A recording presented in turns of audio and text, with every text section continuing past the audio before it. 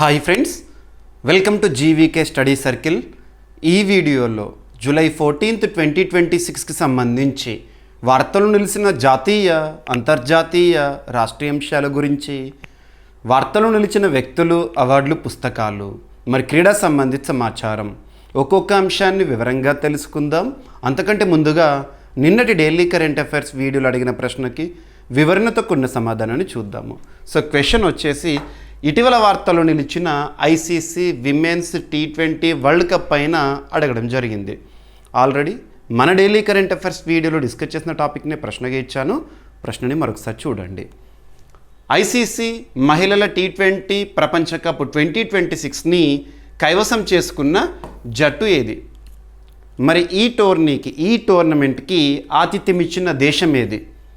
ఈ టోర్నీ మొదటిసారి ఏ సంవత్సరంలో జరిగింది లేదా ఏ సంవత్సరంలో ప్రారంభమైంది? ఏ పోటీ పరీక్ష అయినా, ఏ స్థాయి పోటీ పరీక్ష అయినా స్పోర్ట్స్ రిలేటెడ్గా కాంటెంపరీ టాపిక్స్ని మీరు ప్రశ్నలుగా ఎక్స్పెక్ట్ చేసి తీరాల్సిందే. ఇక్కడ అబ్జర్వ్ చేస్తే అంతర్జాతీయ ప్రాముఖ్యత ఉన్న టోర్నమెంట్ ప్రపంచ కప్ మహిళల విభాగానికి సంబంధించి ఏదైనా ఒక టోర్నమెంట్ గురించి, అంతర్జాతీయ ప్రాముఖ్యత ఉన్న ఒక టోర్నీ గురించి చూస్తున్నప్పుడు బేసిక్గా ఏ పాయింట్స్ చూడాలంటే ఆ టోర్నీ పేరేంటో చూడండి. హోస్ట్ కంట్రీ లేదా హోస్ట్ ఆతిథ్య ప్రాంతం ఏంటో చూడండి. ఫైనల్లో విజేత ఎవరు, రన్నర్ ఎవరు? ఆ టోర్నీని, ఆ అంతర్జాతీయ ప్రాముఖ్యత ఉన్న ఆ టోర్నమెంట్ ఏ సంవత్సరంలో ప్రారంభమైంది? ఈ సంవత్సరం జరిగిన ఆ టోర్నమెంట్ 8వ ఎడిషన్. అత్యధిక సార్లు టైటిల్ని కైవసం చేసుకున్న జట్టు ఇది. మరియు ఆ టోర్నీని లేదా ఆ టోర్నమెంట్ని నిర్వహించే అంతర్జాతీయ సంస్థ ఇది. ఈ పాయింట్ చూస్తే సరిపోతుంది. ఫస్ట్ ఆఫ్ ఆల్ ఇది క్రికెట్కి సంబంధించి క్రికెట్. సో నిర్వహించిన వారెవరు? ఐసీసీ. అంతర్జాతీయ స్థాయిలో క్రికెట్ క్రీడను నిర్వహించేది, నియంత్రించేది ఐసీసీ, ఇంటర్నేషనల్ క్రికెట్ కౌన్సిల్. మరి ఐసీసీ అనేది 1909 ఇయర్లో స్థాపన జరిగింది. హెడ్ క్వార్టర్ వచ్చేసేసి దుబాయ్. సో గుర్తుపెట్టుకోండి, దుబాయ్ హెడ్ క్వార్టర్ చూడాలి. మరి ఐసీసీకి ప్రస్తుతం చీఫ్గా లేదా చైర్పర్సన్గా ఎవరు విధులు నిర్వర్తిస్తున్నారంటే జైషా గారు. జైషా మన భారతీయుడు. ఐసీసీ చరిత్రలోనే అతి పిన్న వయస్కుడైన చైర్పర్సన్ జైషా. మరి ఐసీసీ వారు నిర్వహించే టోర్నమెంట్లు ఏవైతే ఉంటాయో వాటి గురించి ప్రత్యేకంగా చూడండి. ఇక్కడ ప్రపంచ కప్ మహిళల విభాగానికి సంబంధించి ICC women's T20 world cup 2026 రీసెంట్గా జరిగింది. జూలై మంత్లో మనం చూస్తాము ఫైనల్ మ్యాచ్ని. మరి ఐసీసీ వారు నిర్వహించిన ఈ టోర్నమెంట్కి, ఈ ప్రపంచ కప్కి ఎవరు ఆతిథ్యం ఇచ్చారంటే ఇంగ్లాండ్ అండ్ వేల్స్. ఇంగ్లాండ్ మరియు వేల్స్ ఆతిథ్యం ఇచ్చినాయి. మరి ఫైనల్లో ఎవరు గెలుపొందారు అంటే ఆస్ట్రేలియా. గుర్తుపెట్టుకోండి, ఆస్ట్రేలియా. ఇక్కడ ప్రత్యేకత ఏంటంటే ఈ టోర్నీ చరిత్రలోనే మహిళల విభాగానికి సంబంధించి T20 ప్రపంచ కప్ హిస్టరీలోనే అత్యధిక టైటిళ్లను కైవసం చేసుకున్న జట్టుగా ఆస్ట్రేలియా. ఈ టోర్నీతో కలుపుకొని 7 సార్లు గెలుపొందింది. 7 సార్లు. మరి ICC women's T20 world cup అనేది మొట్టమొదటిసారి ఎప్పుడు జరిగింది అంటే 2009లో జరిగింది. 2009. మరి ఈ సంవత్సరం 2026 ఇయర్లో జరిగిన ఈ టోర్నమెంట్ 8వ ఎడిషన్ అంటే 10th ఎడిషన్. గుర్తుపెట్టుకోండి, 10th. మరి ఫైనల్లో విజేత ఎవరన్నాను, టైటిల్ని కైవసం చేసుకున్న ఛాంపియన్ ఎవరన్నాను, ఆస్ట్రేలియా. ఎవరిపైన గెలుపొందింది అంటే ఆతిథ్య జట్టు ఇంగ్లాండ్ పైన గెలుపొందడం జరిగింది. ఎనఫ్. ఈ పాయింట్ చూస్తే చాలు. ఒకవేళ ఛాంపియన్గా కనుక భారత్ ఉందనుకోండి, మరిన్ని ప్రత్యేకతలు చూడాల్సిన అవసరం ఉంటుంది. ఓకేనా? సో ఇక్కడ వేరే దేశం గెలిచింది, ఆస్ట్రేలియా దేశం గెలిచింది కాబట్టి ఈ పాయింట్స్ ఎనఫ్. ఓకేనా? సో ఐసీసీ మహిళల T20 వరల్డ్ కప్ 2026. ఓకేనా? ఐసీసీ మహిళల T20 వరల్డ్ కప్ 2026ని జూన్ 12 నుంచి జూలై 5 వరకు నిర్వహించబడింది. సో జూలైలో ఫైనల్ మ్యాచ్. జూలై అని గుర్తుంచుకోండి. ఇది మహిళల T20 ప్రపంచ కప్లో 10th ఎడిషన్. మొదటిసారి ఇప్పుడు 2009. ఈ పోటీని ఐసీసీ నిర్వహించింది. ఆతిథ్య ప్రాంతాలు ఏంటి? England and Wales. ఈసారి మొదటిసారిగా ఈ టోర్నమెంట్లో ఈ ప్రపంచ కప్లో 12 జట్లు తలపడ్డాయి. మొత్తం 33 మ్యాచ్లు 7 వేదికల్లో వెన్యూస్లో నిర్వహించబడ్డాయి.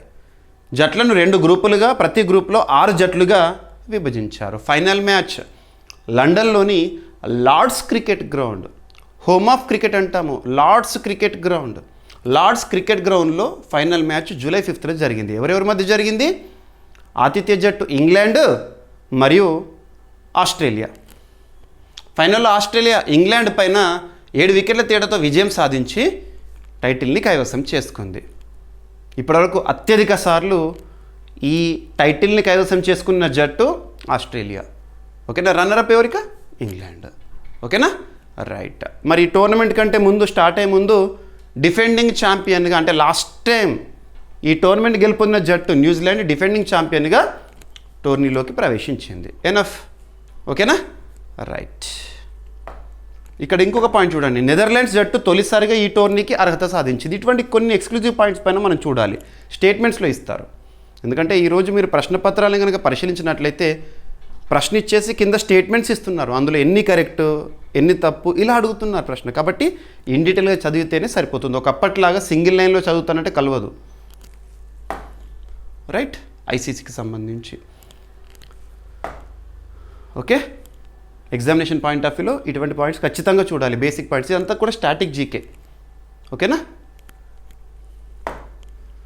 ఇక ఈరోజు ఫస్ట్ టాపిక్ మీరు అన్ని వార్తాపత్రికల్లో కూడా చూసుంటారు. తెలుగు వార్తాపత్రికలు కానివ్వండి, జాతీయ స్థాయిలో ప్రముఖ వార్తాపత్రికలు కానివ్వండి.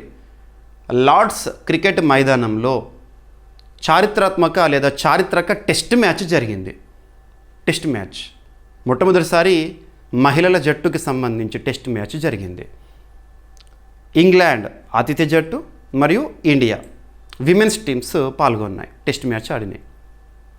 ఆ చారిత్రక టెస్ట్ మ్యాచ్ ఎక్కడ జరిగిందన్నాను? లార్డ్స్ క్రికెట్ గ్రౌండ్లో. లార్డ్స్ క్రికెట్ గ్రౌండ్లో మొట్టమొదటిసారి మహిళల టెస్ట్ మ్యాచ్ జరిగింది. మరి దాన్ని కైవసం చేసుకున్న జట్టు మన భారత్ జట్టు. డైరెక్ట్ పాయింట్ అడుగుతారు.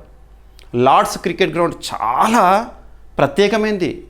క్రికెట్ ప్రపంచంలో లార్డ్స్కి ఉన్న ఆ స్థానం వేరు. దాదాపు 142 సంవత్సరాల చరిత్రలో మొట్టమొదటిసారి లార్డ్స్ క్రికెట్ మైదానంలో మహిళల test match, cricket test match అనేది జరిగింది. విజేత ఇండియా, టీమిండియా. మరి భారత్ యొక్క కెప్టెన్ ఎవరైనా అడుగుతారు. హర్మన్ ప్రీత్ కౌర్, గుర్తుంచుకోండి. హర్మన్ ప్రీత్ కౌర్ ఇండియా కెప్టెన్, గుర్తుంచుకోండి. ఎనఫ్. ఓకేనా? ఎవరిపైన గెలుపొందారు? ఆతిథ్య జట్టు ఇంగ్లాండ్ పైన గెలుపొందడం జరిగింది. ఎనఫ్ ఈ పాయింట్స్. ఇక ఈ టోర్నమెంట్ లేదా ఈ సిరీస్ని నిర్వహించిన వారు ఎవరైనా అడుగుతారు. ఐసీసీ సంబంధించి ఇందాక ఏదైతే నేను బేసిక్ పాయింట్ చెప్పానో 1909లో స్థాపన, దుబాయ్ కేంద్రంగా పనిచేస్తోంది. చైర్మన్గా జైషా గారు. అంతర్జాతీయ స్థాయిలో క్రికెట్ నిర్వహిస్తుంది, నియంత్రిస్తుంది ఐసీసీ. ఎనఫ్ ఈ పాయింట్స్. ఓకేనా? సో భారత మహిళల క్రికెట్ జట్టు లార్డ్స్లో జరిగిన టెస్ట్ మ్యాచ్లో ఇంగ్లాండ్ని 270 పరుగుల తేడాతో ఓడించింది. భారత్ నిర్దేశించిన 457 పరుగుల లక్ష్యాన్ని ఛేదించే క్రమంలో ఇంగ్లాండ్ 186 పరుగులకి ఆల్అవుట్ అయిపోయింది. ఓకేనా? ఇవన్నీ రన్స్ అడగరు. ఎన్ని రన్స్, చేజింగ్ ఎవరు, ఫస్ట్ బ్యాటింగ్ ఎవరు, టాస్ ఎవరు గెలిచిర్రు, ఇవన్నీ అడగరు. మ్యాచ్ ఎవరు గెలిచిందో మాత్రం ఇంపార్టెంట్. సో లార్డ్స్లో జరిగిన తొలి మహిళల టెస్ట్ మ్యాచ్ ఇదే 142 సంవత్సరాల చరిత్రలో. ఓకేనా? రైట్. ఇక లార్డ్స్ క్రికెట్ గ్రౌండ్ గురించి కొంచెం చూడండి, ఎక్కడుందని అడుగుతారు. కొన్ని places important. Lord's cricket ground, Lord's cricket మైదానము 1814లో స్థాపన. సో స్థానం వచ్చేసి లండన్, ఇంగ్లాండ్. హోమ్ ఆఫ్ క్రికెట్గా ప్రసిద్ధి చెందిన క్రికెట్ గ్రౌండ్ ఏది ఈ క్రింది వాటిలో అంటారు? లార్డ్స్. ఓకేనా? రైట్.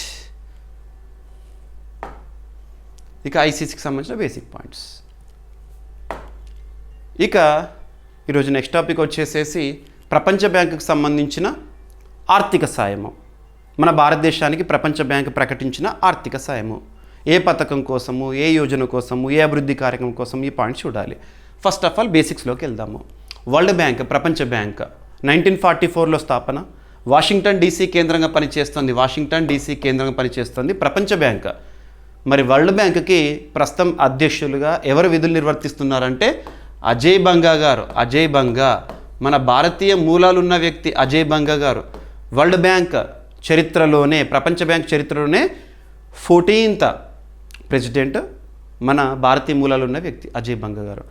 ముఖ్యంగా పోటీ పరీక్షల్లో కొన్ని క్వశ్చన్స్ మనం ఎలా ఎక్స్పెక్ట్ చేయాలంటే, అంతర్జాతీయ స్థాయిలో ప్రాముఖ్యత ఉన్న సంస్థ కానివ్వండి, లేదా బ్యాంకు కానివ్వండి, లేదా ఒక దేశం కానివ్వండి, మన భారతదేశానికి చేస్తున్న ఆర్థిక సాయము, ఏ అభివృద్ధి కార్యక్రమం కోసము, ఏ పథకం కోసము, ఎంత మొత్తం, ఈ పాయింట్ చూస్తే చాలు. ఇక్కడ చూడండి, ప్రస్తుతం ప్రపంచంలో సోలార్ ఎనర్జీలో గ్లోబల్ లీడర్గా అవతరిస్తున్న భారతదేశానికి వరల్డ్ బ్యాంక్ $890 మిలియన్ ఆర్థిక సాయం ప్రకటన. సో నంబర్ గుర్తుంచుకోవాలి. ఇక సోలార్ ఎనర్జీ అంటేనే మనకు 2015 గుర్తుకు రావాలి. ఇంటర్నేషనల్ సోలార్ అలయన్స్ భారత్ మరియు ఫ్రాన్స్ సంయుక్తంగా ప్రారంభించారు. అప్పుడు భారతదేశం నుంచి ప్రధానిగా నరేంద్ర మోదీ గారు ఉన్నారు.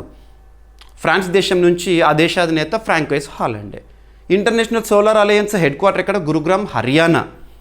ఇకపోతే 2024 సంవత్సరం జనవరి 22వ తేదీన అయోధ్యలో బాలరాముని విగ్రహ ప్రాణప్రతిష్ఠ జరిగిన రోజే భారత ప్రధాని నరేంద్ర మోదీ గారు ఆ రోజు సాయంత్రం ఒక స్టేట్మెంట్ ఇచ్చారు, ఒక ప్రకటన చేశారు. మన ఇంటి పైకప్పుల పైన సోలార్ ప్యానెల్స్ని ఇన్స్టాల్ చేసి సౌరశక్తిని ఉత్పత్తి చేద్దాము అని చెప్పేసేసి. సో మన ఇంటి నుండే సౌరశక్తిని ఉత్పత్తి చేద్దాం, సోలార్ ఎనర్జీని ఉత్పత్తి చేద్దామని ప్రకటించారు. అన్న విధంగానే 2024 ఫిబ్రవరి 13వ తేదీన ఒక పథకానికి ఆమోదం ఇచ్చారు. PM సూర్యఘర్ ముఫ్త్ బిజ్లీ యోజన. మరి అమల్లోకి వచ్చింది ఫిబ్రవరి 15, 2024. మన ఇంటి పైకప్పు లేదా రూఫ్ టాప్ సోలార్ ప్యానెల్స్ని ఇన్స్టాల్ చేసి సౌరశక్తిని ఉత్పత్తి చేస్తున్నాం. ఈరోజు మీరు చూడండి, బయట కూడా మన చుట్టుపక్కల పరిసరాల్లో కూడా చాలామంది సోలార్ ఎనర్జీకి ఇంపార్టెన్స్ ఇస్తూ సౌరశక్తిని పొందుతున్నారు.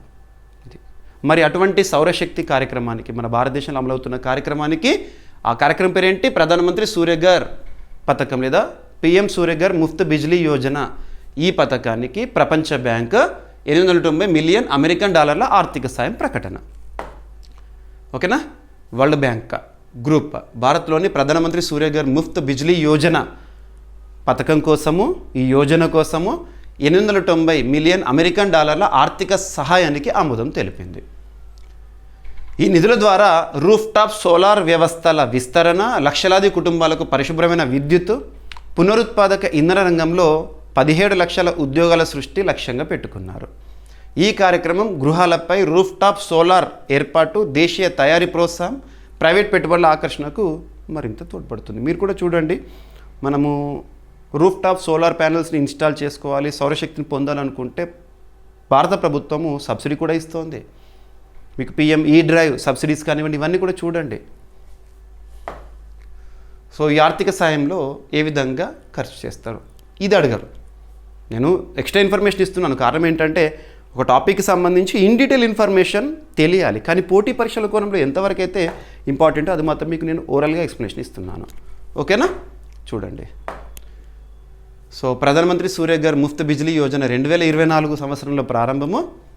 ఏ మంత్రిత్వ శాఖ పరిధిలో ఈ కార్యక్రమం అమలవుతుంది? ఏదైనా ఒక పథకం గురించి కానీ, పాలసీ గురించి కానీ, పోర్టల్ గురించి కానీ, డిజిటల్ ప్లాట్ఫామ్ గురించి కానీ చూస్తున్నప్పుడు నోడల్ మినిస్ట్రీ ఏంటో చూడాలి. So ministry of new and renewable energy. ప్రస్తుతం కన్సర్న్ మినిస్టర్ ఎవరు? ప్రహ్లాద్ జోషి గారు. గుర్తుంచుకోండి. ఓకేనా? రైట్. అండ్ నేను మీకు ఏదైతే టాపిక్ ఎక్స్ప్లెనేషన్ ఇస్తున్నానో ఇక్కడ చూపిస్తున్న ఈచ్ అండ్ ఎవ్రీ స్లైడ్, ప్రతి పదం కూడా మీకు PDF రూపంలో మన GVK స్టడీ సర్కిల్ యాప్లో, మన GVK స్టడీ సర్కిల్ యాప్లో CA 360 2026 కోర్సులో, CA 360 2026 కోర్సులో PDF ఉంటుంది. తెలుగు మీడియం అభ్యర్థుల కోసం తెలుగులో PDF ఉంటుంది, డైలీ PDF. ఇంగ్లీష్ మీడియం అభ్యర్థుల కోసం ఇంగ్లీష్ PDF ఉంటుంది. ఇక మంత్ ముగియగానే monthly magazine, monthly round of videos, special videos ఇవన్నీ కూడా ఉంటాయి ఇందులో. ఓకేనా? సో యాప్లో చూడండి. రైట్. ఇక ఒక సూచి లేదా ర్యాంకింగ్స్. అభ్యర్థులు గుర్తుపెట్టుకోండి, వార్తల్లో ఇచ్చిన సూచీలపైన, రిపోర్ట్స్ నివేదికలపైన, ర్యాంకింగ్స్ పైన పోటీ పరీక్షల్లో రెగ్యులర్గా ప్రశ్న అడుగుతున్నారు. ఏదైనా ఒక సూచి గురించి కానీ, రిపోర్ట్ గురించి కానీ, లేదా ర్యాంకింగ్ గురించి కానీ చూస్తున్నప్పుడు ఏ పాయింట్స్ చూడాలంటే ఆ సూచి యొక్క లేదా రిపోర్ట్ యొక్క లేదా ర్యాంకింగ్ యొక్క పేరేంటో చూడండి. దాన్ని విడుదల చేసిన ఆ సూచీని లేదా నివేదికలు లేదా ర్యాంకింగ్స్ విడుదల చేసిన సంస్థ పేరేంటి? ఆ సంస్థ యొక్క ప్రధాన కేంద్రం ఎక్కడ? మరియు ర్యాంకింగ్స్ విషయానికి వస్తే మన భారతదేశానికి సంబంధించి కానివ్వండి, భారతదేశంలోని నగరాలకు సంబంధించి కానీ ప్రాంతాలకు సంబంధించి ర్యాంకింగ్స్ ఉంటే గుర్తుపెట్టుకోవాలి. ఇక టాప్ పొజిషన్లో ఎవరున్నారు? మిస్లీనియస్. ఏ అంశాలను కన్సిడర్ చేసి ఏ ఇండికేటర్స్ని పరిగణలోకి తీసుకొని ర్యాంకింగ్స్ ఇచ్చారు? ఈ పాయింట్ చూస్తే చాలు. ఓకేనా? ఇక్కడ చూడండి, సూచీ పేరు global liveability index. Global liveability index సింపుల్గా చెప్పాలంటే నివాసయోగ్యమైన నగరాలు ఏంటి ప్రస్తుతం ప్రపంచంలో అని ఒక సూచి రీసెంట్గా విడుదలైంది. ఎవరు రిలీజ్ చేశారంటే ఎకనామిస్ట్ ఇంటెలిజెన్స్ యూనిట్ వారు విడుదల చేశారు. ఓకేనా? సో ఎకనామిస్ట్ ఇంటెలిజెన్స్ యూనిట్ వారు విడుదల చేసిన గ్లోబల్ లివబిలిటీ ఇండెక్స్ 2026 రీసెంట్గా చూసాము. ఈ సూచీలో ప్రపంచంలోని ఎన్ని నగరాలను 173 నగరాలను జీవన ప్రమాణాల ఆధారంగా అంచనా వేస్తారు. అక్కడ ఉండే స్టాండర్డ్స్ ఏంటి ఒక్కొక్క నగరంలో అలాంటివి. సో న్యూఢిల్లీ 48.1 స్కోరుతో ప్రపంచంలో 120వ స్థానం సాధించింది. భారతదేశంలో అత్యుత్తమ స్థానం పొందిన నగరం అంట. ఇందులో మొత్తం 173 నగరాలకు ర్యాంకులు ఇచ్చారు కదా, జీవన ప్రమాణాలు ఏ విధంగా ఉన్నాయో ఒక్కొక్క నగరంలో అంచనా వేసి. అందులో మన భారతదేశం నుంచి న్యూఢిల్లీ 120వ స్థానంలో ఉందంట. కానీ మన భారతదేశం నుండి చూస్తే మాత్రం న్యూఢిల్లీ ఫస్ట్ పొజిషన్. మన భారతదేశంలో ఇదే ఫస్ట్ లివబిలిటీ ఇండెక్స్ ప్రకారం. ఇక డెన్మార్క్ రాజధాని కోపెన్హాగన్. మీరు ఎన్వైర్న్మెంట్ సబ్జెక్ట్ నేర్చుకునేటప్పుడు కోపెన్హాగన్ సమ్మిట్ ఇవన్నీ చూస్తారు. సో డెన్మార్క్ రాజధాని కోపెన్హాగన్ వరుసగా 2వ ఏడాది కూడా ఈ సూచీలో మొదటి స్థానంలో ఉందంట. వియన్నా ఆస్ట్రియా రాజధాని అండ్ ఆస్ట్రేలియాలోని మెల్బోర్న్ వరుసగా 2 మరియు 3వ స్థానాలు దక్కించుకున్నాయి. వరల్డ్ యావరేజ్ లివబిలిటీ స్కోర్ ఎంతనట అంటే 76.1 స్కోర్ అంట. Sydney, Zurich, Geneva, Osaka, Adelaide, Vancouver, Tokyo top 10లో చోటు దక్కించుకున్నాయి. ఇక పశ్చిమ ఐరోపా ఈ సూచీలో అత్యుత్తమ ప్రాంతంగా నిలిచింది. రీజన్ లేదా ఏరియా వైజ్గా చూసుకుంటే వెస్టర్న్ యూరప్ అంట ద బెస్ట్ అంట లివబిలిటీ పరంగా. సిరియా రాజధాని డమాస్కస్ ప్రపంచంలో అత్యల్ప లివబిలిటీ కలిగిన నగరంగా నిలిచింది. తర్వాత Tripoli Libya, Dhaka Bangladesh, Karachi Pakistan, Algiers Algeria ఉన్నాయంట. ఓకేనా? సో విడుదల చేసిన సంస్థ ఏంటి? ఈ సూచీని విడుదల చేసిన సంస్థ లివబిలిటీ ఇండెక్స్ 2026 విడుదల చేసిన సంస్థ అంటే economist intelligence unit. Head quarter వచ్చేసి లండన్, యూకే. ఓకేనా? రైట్. ఇక global liveability index economist intelligence unit ప్రతి ఏడాది కూడా విడుదల చేసే ఒక సూచి. ర్యాంకింగ్స్ నగరాలకు సంబంధించి ప్రాంతాలకు సంబంధించి స్థిరత్వం, ఆరోగ్యం, సంస్కృతి, పర్యావరణం, విద్య, మౌలిక సదుపాయాల ఆధారంగా అంచనా వేస్తుంది. ఇక డెన్మార్క్ రాజధాని ఏంటి? బేసిక్స్. ఆస్ట్రియా రాజధాని ఎందుకంటే ఫస్ట్ సెకండ్ పొజిషన్స్ అని చెప్పిన కదా, కాబట్టి బేసిక్ పాయింట్స్ ఇచ్చాను. ఇక నెక్స్ట్ నాబార్డ్కి సంబంధించి గ్రామోద్యం కార్యక్రమం ప్రారంభం. ఫస్ట్ ఆఫ్ ఆల్ వాస్తవానికి మనము కరెంట్ అఫైర్స్లో భాగంగా చాలా టాపిక్స్ డిస్కస్ చేస్తున్నాం. ప్రతి టాపిక్ని చూడండి. నా వీడియో ఎక్స్ప్లెనేషన్లో ఒక టాపిక్లో ఒక నగరం గురించి వచ్చిన, లేదా ఒక రాష్ట్రం గురించి వచ్చిన, ఒక దేశం గురించి వచ్చిన, లేదా ఒక సంస్థ గురించి వచ్చిన, ఒక కూటమి గురించి వచ్చిన, బేసిక్ నుండి పోటీ పరీక్షల కోణంలో ఇంపార్టెన్స్ ఏవైతే ఉంటాయో ఆ పాయింట్స్ అన్నీ ఇస్తున్నాను. మీరు అబ్జర్వ్ చేయండి. ఒక రాష్ట్రం గురించి అయితే రాజధాని ఏంటి, అక్కడ ప్రభుత్వం ఏంటి, ముఖ్యమంత్రి ఎవరు, గవర్నర్ ఎవరు, ఈ పాయింట్స్ ఇస్తున్నాను. దేశం అయితే దేశ రాజధాని ఏంటి, కరెన్సీ ఏంటి, దేశాధినేత ఎవరు, ఇటువంటివన్నీ కూడా. సో ఇప్పుడు సంస్థ NABARD, national bank for agriculture and rural development. NABARD గుర్తుపెట్టుకోండి. చాలాసార్లు పోటీ పరీక్షల్లో నాబార్డ్ పైన క్వశ్చన్ అడుగుతున్నారు. నాబార్డ్, నీతి ఆయోగ్ వీటిపైన మనం క్వశ్చన్స్ని ఎక్స్పెక్ట్ చేయాలి. మీరు చూడండి, క్వశ్చన్ పేపర్లో నాబార్డ్ అనే పదం లేకుండా అసలు క్వశ్చన్ పేపర్ ఉండదు. NABARD national bank for agriculture and rural development అంటే సింప్లీ ఏంటి? భారతదేశంలోనే ఒక జాతీయ స్థాయిలో పనిచేస్తున్న బ్యాంక్. ఎందుకోసము? అగ్రికల్చర్ వ్యవసాయాభివృద్ధి కోసము, మరియు రూరల్ డెవలప్మెంట్ గ్రామీణాభివృద్ధి కోసము పనిచేస్తుంది నాబార్డ్. నాబార్డ్ని 1982 ఇయర్లో స్థాపించడం జరిగింది. ఏ కమిటీ సిఫార్సుల మేరకు అంటారు? ఇది స్టాటిక్ పాయింట్. శివరామన్ కమిటీ సిఫార్సుల మేరకు. శివరామన్ కమిటీ సిఫార్సుల మేరకు 1982లో నాబార్డ్ స్థాపన జరిగింది. నాబార్డ్ యొక్క హెడ్ క్వార్టర్ ఎక్కడ అంటే ముంబై. షాజీ కేవి గారు ప్రస్తుతం నాబార్డ్కి చీఫ్గా విధులు నిర్వర్తిస్తున్నారు. ఇక నాబార్డ్కి సంబంధించి రుణాలు, ఆర్థిక సాయం అంటే rural infrastructure development fund, RIDF, ఇటువంటి మీకు అందరికీ తెలుసు, చాలాసార్లు చెప్పాను. ఇప్పుడు నాబార్డ్ గ్రామోద్యం అనే ఒక కార్యక్రమాన్ని ప్రారంభించింది రీసెంట్గా. నాబార్డుకి సంబంధించిన వ్యవస్థాపన దినోత్సవ సందర్భంగా జూలై 2026 అని గుర్తుంచుకోండి, సరిపోతుంది. ఓకేనా? మరి ఈ కార్యక్రమం యొక్క ఉద్దేశం ఏంటి? గ్రామోద్యం ఉద్దేశం ఏంటంటే గ్రామీణ స్థాయిలో లేదా రూరల్ ఏరియాస్లో పారిశ్రామికవేత్తలను తీర్చిదిద్దడము. అదే ప్రధాన ఉద్దేశం ఈ కార్యక్రమానికి సంబంధించి. ఓకేనా? National bank for agriculture and rural development తన 45వ వ్యవస్థాపక దినోత్సవం సందర్భంగా 2026 జూలై 13న, వాస్తవానికి వ్యవస్థాపక దినోత్సవ సంబరాలు జూలై 12న జరిగినాయి. జూలై 13th అంటే నిన్నటి రోజున గ్రామోద్యమం అనే ఒక కార్యక్రమాన్ని ప్రారంభించింది నాబార్డ్. గ్రామీణ ప్రాంతాల్లో పారిశ్రామికవేత్తలను తయారు చేయడము, స్థిరమైన వ్యాపారాల స్థాపన మరియు ఉపాధి అవకాశాల కల్పన ఈ కార్యక్రమం గ్రామోద్యం కార్యక్రమం యొక్క లక్ష్యం అంటారు. ఇది 3 సంవత్సరాల పైలట్ ప్రాజెక్ట్. పైలట్ ప్రాజెక్ట్ అంటే ఏంటి? దేశవ్యాప్తంగా మొత్తం అమల్లోకి తీసుకురారు. కొన్ని సెలెక్టెడ్ ఏరియాస్ ఉంటాయి, సెలెక్టెడ్ స్టేట్స్లో సెలెక్టెడ్ ప్లేసెస్ ఉంటాయి. అక్కడ ఈ కార్యక్రమం అమలు చేసి వచ్చిన ఫలితాలను పరిశీలించి మెరుగైన ఫలితాలు, సత్ఫలితాలు, అనుకున్న ఫలితాలు వస్తున్నాయి అనుకోండి, దాన్ని మరిన్ని ప్రాంతాలకు విస్తరిస్తారు, ఎక్స్పాండ్ చేస్తారు. లేదు ఎక్కడైతే అమలు చేశారో అక్కడే నెగిటివ్ రిజల్ట్స్, నెగిటివ్ ఇంపాక్ట్ పడుతుంది అనుకోండి, ఆ పథకాన్ని, ఆ యోజనని, ఆ ఇనిషియేటివ్ని అంతటితో ముగించవచ్చు, లేదా అందులో మార్పులు చేర్పులు చేసి మళ్ళీ ప్రారంభించవచ్చు. ఇది పైలట్ ప్రాజెక్ట్. ఓకేనా? దేశవ్యాప్తంగా 4000 మంది గ్రామీణ యువ పారిశ్రామికవేత్తలను తయారు చేయడమే ఈ గ్రామోద్యం కార్యక్రమం యొక్క లక్ష్యం. ఈ కార్యక్రమాన్ని నాబార్డ్ మరియు నేషనల్ స్కిల్ డెవలప్మెంట్ కార్పొరేషన్ సంయుక్తంగా రూపొందించినాయి. మరి అమలు చేస్తున్న వారు దీన్ని ఇన్స్టిట్యూట్ ఫర్ ఇండస్ట్రియల్ డెవలప్మెంట్ వారు అమలు చేస్తున్నారు. ఎవరు రూపొందించారు, ఎవరు అమలు చేస్తున్నారు, కానీ బేసిక్గా మాత్రం నాబార్డ్ కార్యక్రమం ఇది. డిజిటల్ ఫస్ట్ హైబ్రిడ్ మోడల్ ద్వారా కౌన్సిలింగ్, నైపుణ్య శిక్షణ మరియు వ్యాపార స్థాపనకు సహాయము అందిస్తుంది.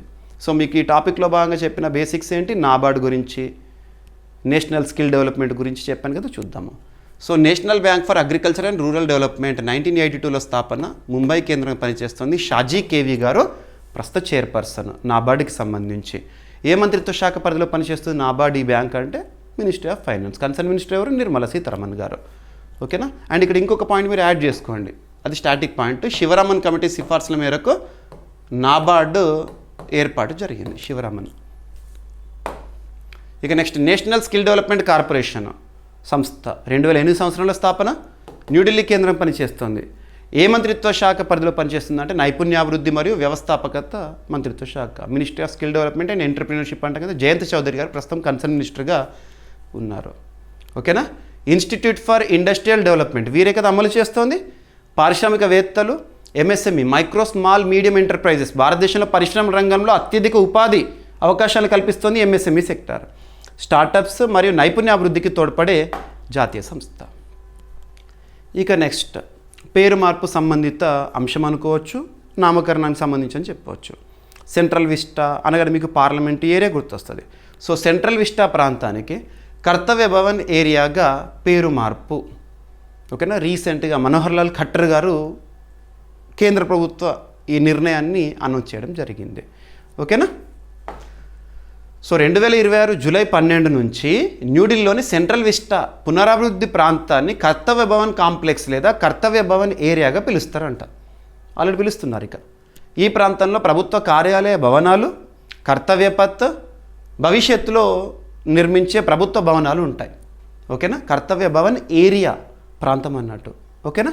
మీకు రాష్ట్రపతి భవన్ నుంచి మొదలు పెడితే ఇండియా గేట్ వరకు ఆ ఏరియా మొత్తం కూడా. ఇక కామన్ సెంట్రల్ సెక్రటేరియట్ ప్రాజెక్టు కింద 10 కార్యాలయ భవనాలు నిర్మించి అనేక కేంద్ర మంత్రిత్వ శాఖలను ఒకే చోట ఏర్పాటు చేస్తారంట. ఇప్పటికే 3 భవనాలు పూర్తయి వాటికి కర్తవ్య భవనాలు అనే పేరు కూడా పెట్టారు. సెంట్రల్ విస్టా అనేది రాష్ట్రపతి భవన్ నుంచి ఇండియా గేట్ వరకు విస్తరించిన భారతదేశ కేంద్ర పరిపాలనా ప్రాంతము. ఆ ఏరియాని ఇప్పుడు ఇక కర్తవ్య భవన్ ఏరియా. ఓకేనా? మొదటి కర్తవ్య భవన్ని 2025 ఆగస్టులో ప్రారంభించారు. ఇది 2026 సెప్టెంబర్ నాటికి పూర్తిగా సిద్ధమవుతుందంట. ఓకేనా? రైట్. అంతకుముందు 2022 సెప్టెంబర్లో రాజ్పథ్ని కర్తవ్య పత్గా, 2020 డిసెంబర్లో కొత్త ప్రధానమంత్రి కార్యాలయ సముదాయాన్ని సేవాతీర్థగా పేరు మార్చారు. సేవాతీర్థ్ గుర్తుపెట్టుకోండి. ఈ కర్తవ్య పత్ ఏరియాలోనే నేతాజీ సుభాష్ చంద్రబోస్ గారి విగ్రహం ఉంటుంది ఇండియా గేట్ వద్ద. చాలా అద్భుతం, చూడండి. ఓకేనా. అరుణ్ యోగిరాజు గారు ఆ విగ్రహ రూపశిల్పి. ఓకేనా. ఇది చెప్పుకుంటూ పోతే ఒక పాయింట్ గురించి ఎన్నో చెప్పొచ్చు. ఓకేనా. ఇటువంటి పేరు మార్పు సంబంధిత అంశాలు ఏవైతే ఇటీవల కాలంలో యూనివర్సిటీల పేరు మార్పు కానివ్వండి, నగరాల పేరు మార్పు కానివ్వండి, ప్రాంతాల పేరు మార్పు కానివ్వండి, రైల్వే స్టేషన్ల పేరు మార్పు కానివ్వండి, విమానాశ్రయాల పేరు మార్పు కానివ్వండి, వీటన్నిటిని కూడా చూడండి. సెంట్రల్ విస్టా పునరాభివృద్ధి ప్రాజెక్ట్ అమలు సంస్థ సెంట్రల్ పబ్లిక్ వర్క్స్ డిపార్ట్మెంట్ ఏ మంత్రిత్వ శాఖ పరిధిలో అంటే గృహ నిర్మాణం, ministry of housing and urban affairs. ప్రస్తుతం కన్సర్న్ మినిస్టర్ ఎవరు? మనోహర్ లాల్ ఖట్టర్ గారు. అందుకే ఈ స్టేట్మెంట్, ఈ టాపిక్ని చెప్పేటప్పుడు మీకు తన పిక్ చూపించాను. ఓకేనా. రైట్. కర్తవ్యపథ్ పూర్వనామం రాజ్పథ్. ఓకేనా. ఇక నెక్స్ట్ ఒక విమానాశ్రయం అంతర్జాతీయ విమానాశ్రయంగా గుర్తింపు పొందడము. సో ఇమిగ్రేషన్ చెక్ పోస్ట్ గుర్తింపు పొందిన భోగాపురం విమానాశ్రయము. ఇక్కడ మీకు ఫస్ట్ ఒక బేసిక్ పాయింట్, భారతదేశంలో ఉడాన్ అనే ఒక స్కీమ్, ఉడే దేశ్ కా ఆమ్ నాగరిక్, ఉడాన్ 2016 సంవత్సరంలో ప్రారంభం. ఉడే దేశ్ కా ఆమ్ నాగరిక్ ఇది regional connectivity scheme. Regional connectivity scheme అంటే ప్రాంతాలను అనుసంధానం చేసే కార్యక్రమం. ఒక ప్రాంతాన్ని మరొక ప్రాంతంతో ఎలా అనుసంధానం చేయడము, విమానాశ్రయాలను ఏర్పాటు చేయడము, ఓకేనా, ఫ్లైట్స్ని స్టార్ట్ చేయడం, ఇటువంటిది అంతా కూడా మినిస్ట్రీ ఆఫ్ సివిల్ ఏవియేషన్ పరిధిలోని అంశము. Ministry of civil aviation, ministry of civil aviation, పౌర విమానయాన మంత్రిత్వ శాఖ.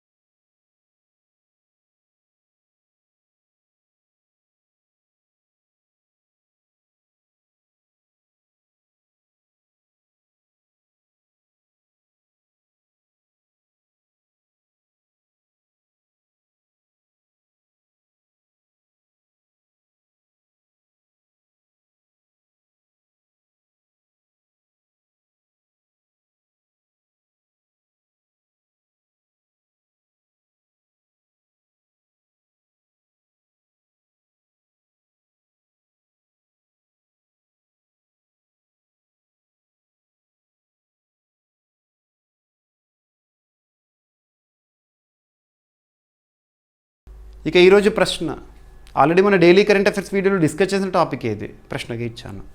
భారతదేశంలో మొట్టమొదటిసారిగా వాణిజ్య స్థాయిలో మాచా టీని ఉత్పత్తి చేసిన రాష్ట్రం ఏది? మరి మాచా టీ యొక్క ప్రత్యేకత ఏంటంటే ఏ దేశానికి సంబంధించిన ప్రోడక్ట్ ఇది? ఓకేనా. ఇక ఈరోజు టాపిక్స్ని క్విక్ రివిజన్ చేస్తే, నిన్నటి డైలీ కరెంట్ అఫైర్స్ వీడియోలో అడిగిన ప్రశ్నకి కంప్లీట్ ఎక్స్ప్లెనేషన్ ఇచ్చాను. లార్డ్స్లో తొలి చారిత్రక టెస్ట్లో భారత మహిళల జట్టు ఘన విజయం సాధించింది ఆతిథ్య జట్టు ఇంగ్లాండ్ పైన.